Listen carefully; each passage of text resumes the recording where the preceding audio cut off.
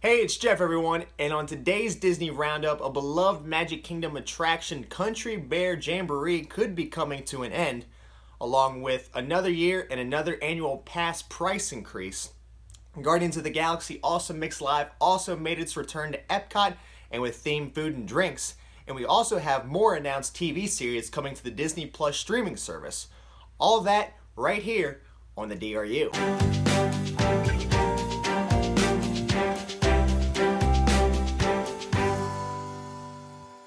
Hey everyone, and welcome to this week's episode of the Disney Roundup, of course, where I will be bringing you up to date with what's going on in the Walt Disney Company and Disney parks. So let's dive right into it. All right, starting off with company news, I guess, this week.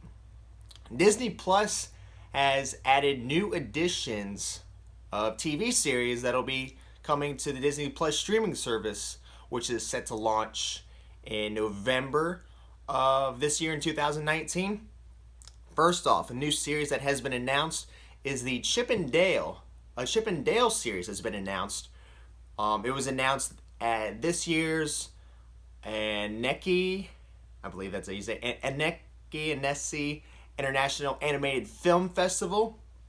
And the comedic series has yet to be officially named yet, but will include 39 episodes for about 7 minutes runtime for each episode.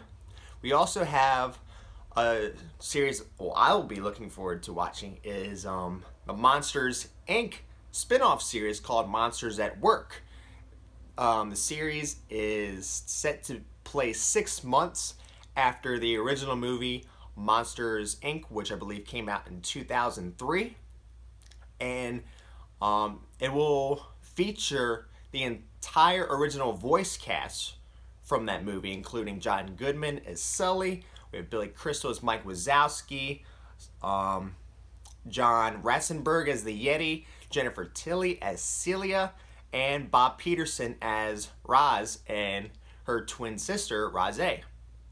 That is set to premiere in 2020, so it won't be coming out right when the Disney Plus streaming service comes out. But what are you looking forward to most coming to the Disney Plus streaming service? For me personally, growing up as a kid, I loved watching House of Mouse, so I cannot wait until that gets back on there. I loved how they showed some of I guess the older cartoons and just focused on the Fab Five throughout those. So that's why I really enjoyed House of Mouse. But let me know in the comments down below what you're looking forward to coming to the Disney Plus streaming service.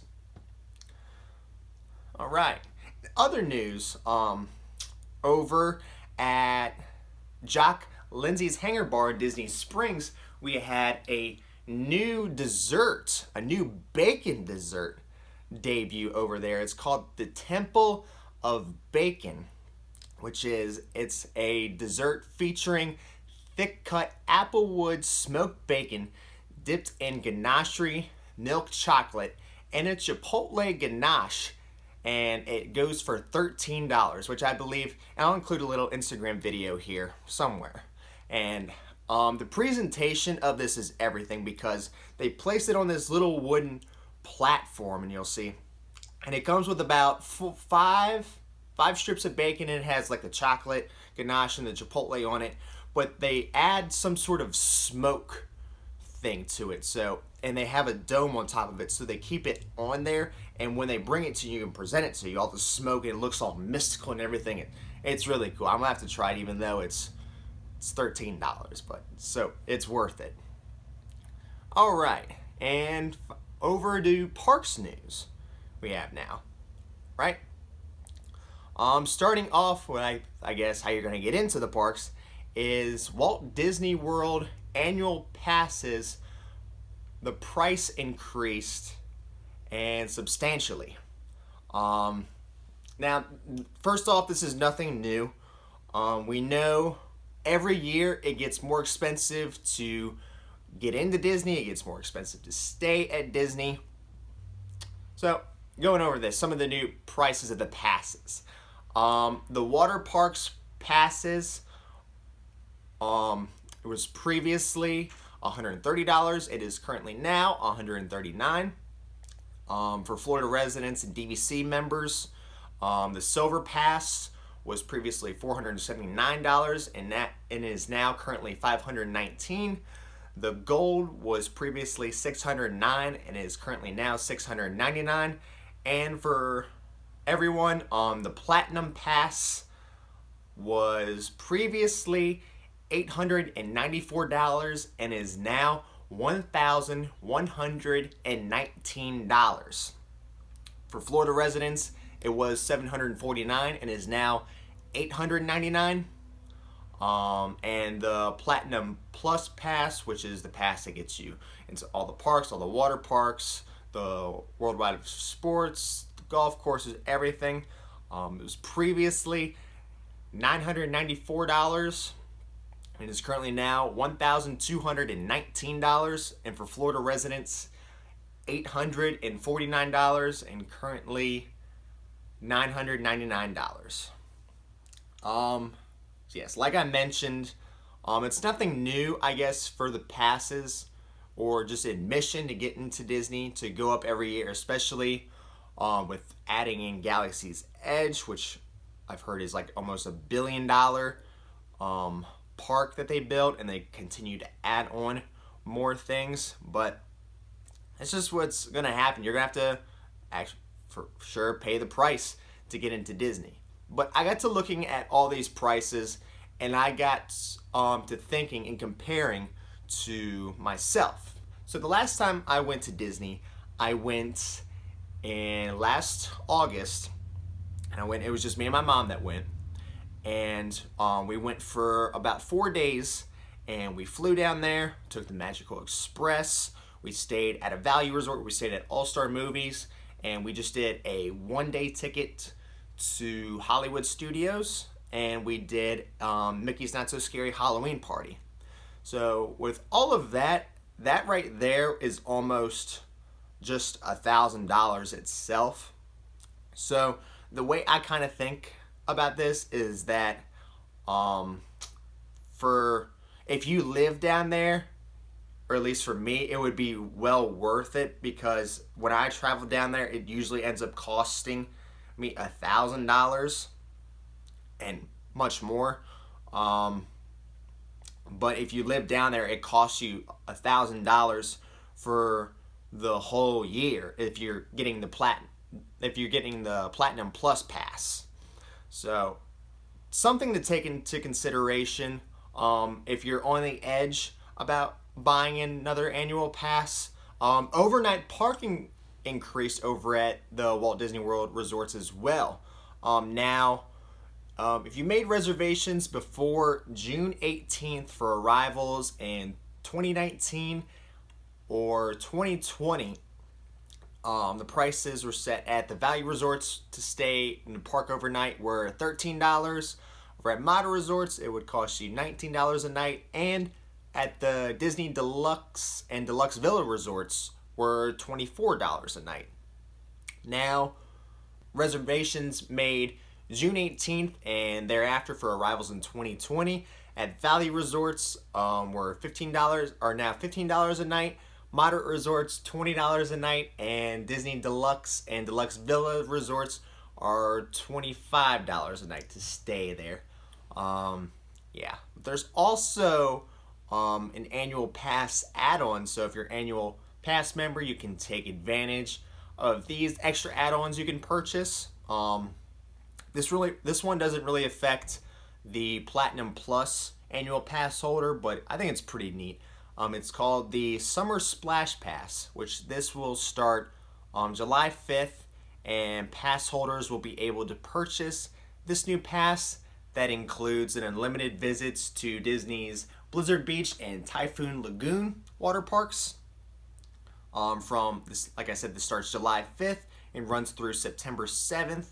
And the cost of this pass is the same as a non-discounted 1-day water park ticket, which is $69 plus tax. There's also what you can do is bring a friend that annual pass holders can purchase, and pass holders can purchase a 1-day park hopper ticket for $89 plus tax. The ticket must be used on the day of purchase, and there is a limit of 6 tickets that can be purchased during the promotion. The offer starts June 18th and is available for Gold, Platinum, Platinum Plus, and Premier Pass holders, and this runs through August 8th of this year. So that's a pretty cool deal, especially if you have friends or family coming in to visit you at Disney. It sure beats paying. It's about $20-$30 cheaper than just buying a one-day park ticket, and it's very much cheaper than buying a one-day hopper pass. So that's pretty cool. Right, what else? We also have, new to Mickey's Not So Scary Halloween Party, there is Cruella's Halloween Hideaway, which will be a mix and mingle with Cruella de Vil over at Tony's Town Square. This will start at 9:30 p.m. and run all the way until 12:30.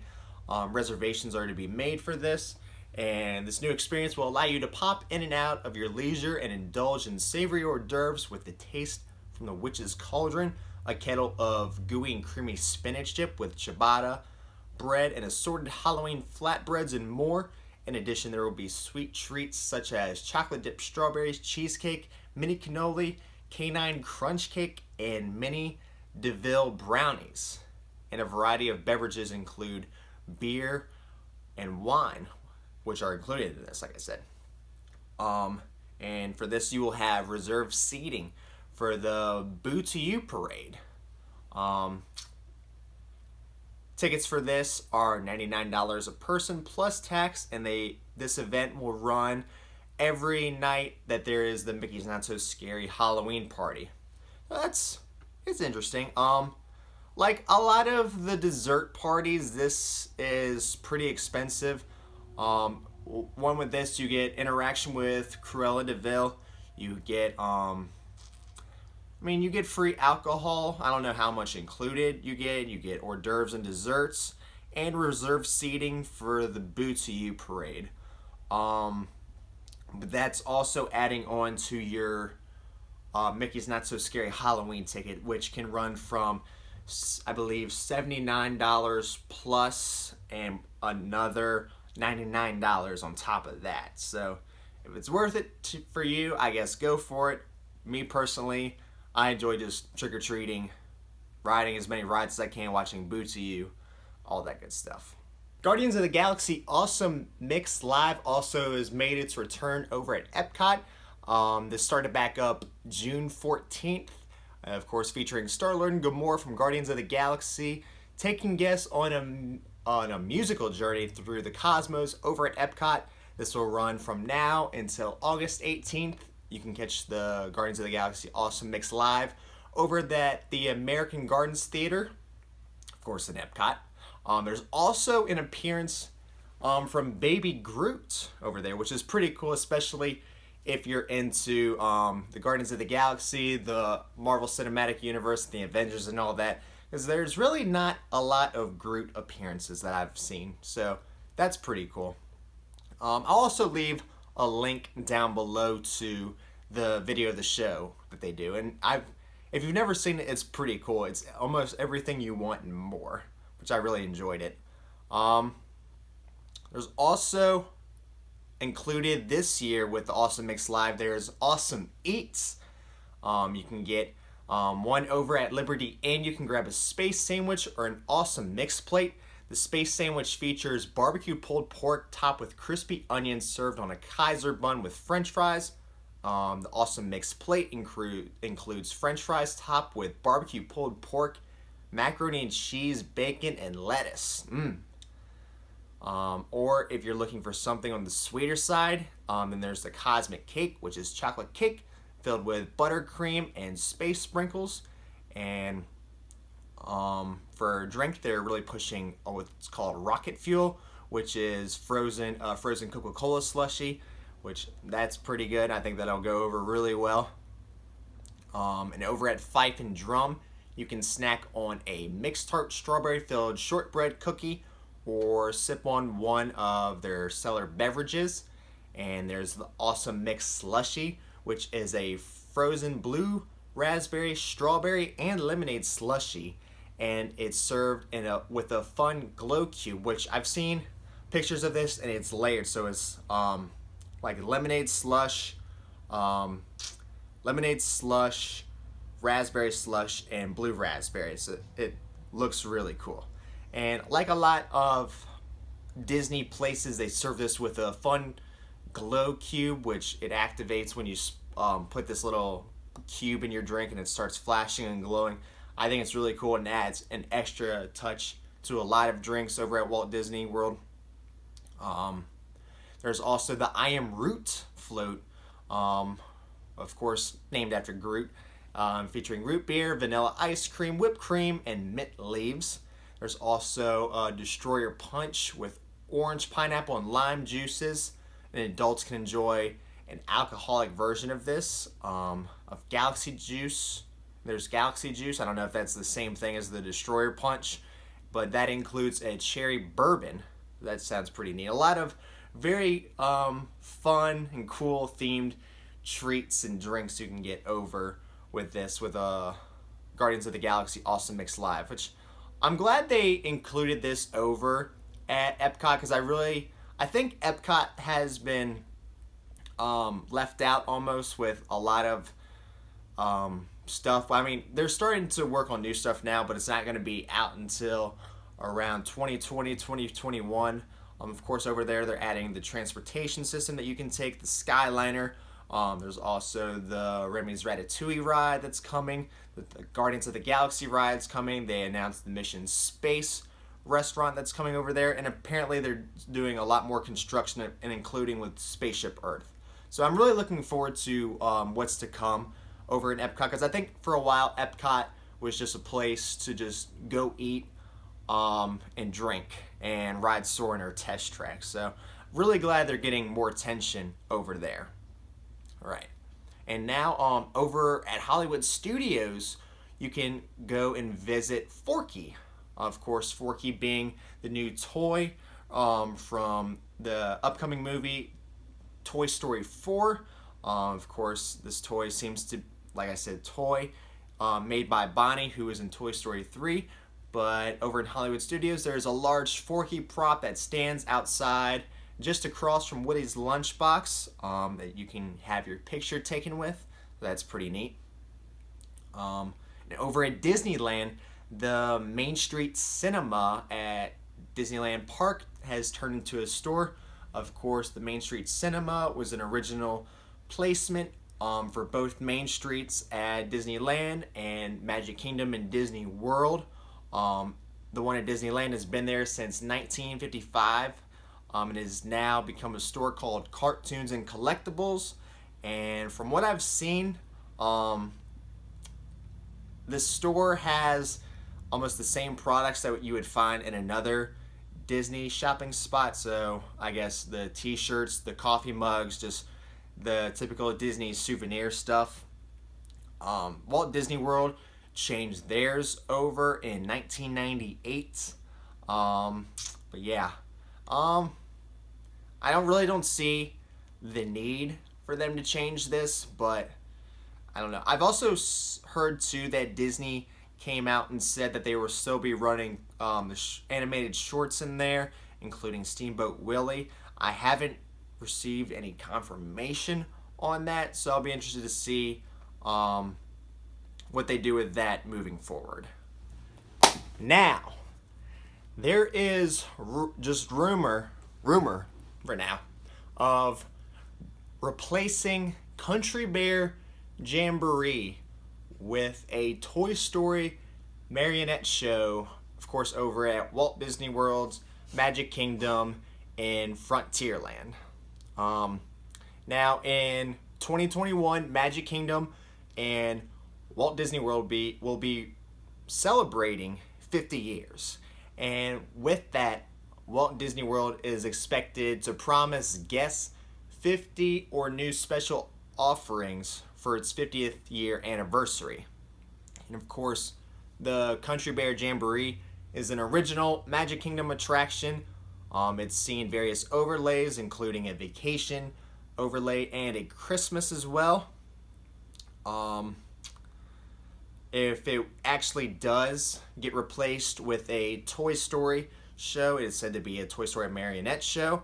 Assumingly would be a Woody's Roundup type of deal.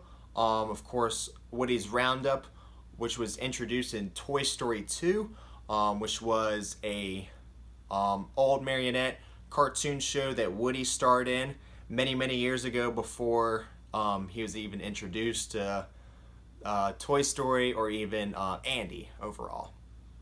And of course, this would feature his new friends he met in Toy Story 2, Jessie, Bullseye, and Stinky Pete the Prospector.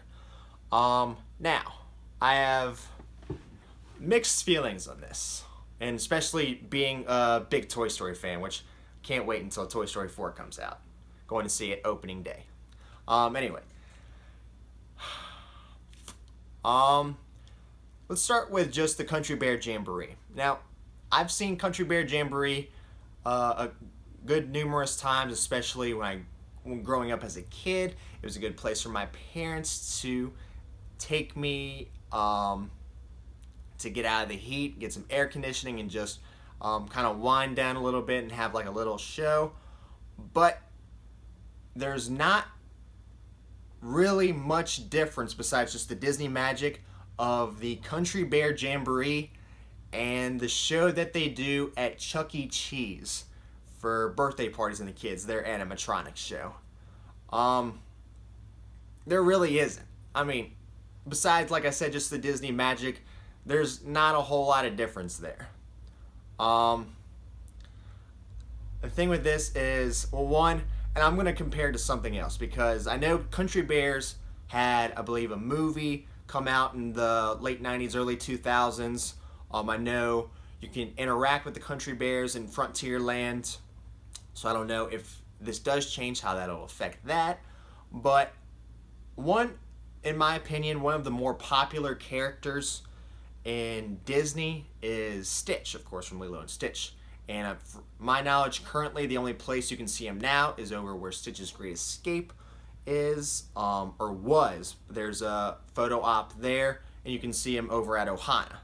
But besides that, there isn't another attraction set for him, who is, I would say, a more popular character from the merchandise that I see people wearing that is sold not just only at Disney parks, but at other places like Hot Topic, Box Lunch, all those other places. So I just feel like if we can afford to lose a more popular character attraction like him, the Country Bear Jamboree is nothing. Like I said, it's Chuck E. Cheese. It's the Disney version of Chuck E. Cheese. Sorry. On the other hand, of it becoming another Toy Story attraction, I think that's a bad look, especially when we just had a land open in a different park that's dedicated to Toy Story. And I know we have Buzz Lightyear's Space Ranger spin over at Tomorrowland. That's a whole different deal because Buzz Lightyear is just, he's bigger than Toy Story almost. Like, he had his own movie and TV series, yeah. But I believe after opening up Toy Story Land, we need to focus more on, I guess, just putting attractions and rides there instead of adding other Toy Story over here, over there, up there, that kind of deal. Like I said, this is coming from a big Toy Story fan. So I want to know too, let me know in the comments if you're for getting rid of Country Bear Jamboree and you want it to become the Toy Story Woody's Roundup marionette show. Let me know in the comments down below, or if you would like it to see it become something else, let me know in the comments what you would like it to see it be. That's everything I have for you today on today's episode of the Disney Roundup, and after this last discussion, I will leave you with this. Disneyland will never be completed. It will continue to grow as long as there is imagination left in the world. Thanks for watching the DRU.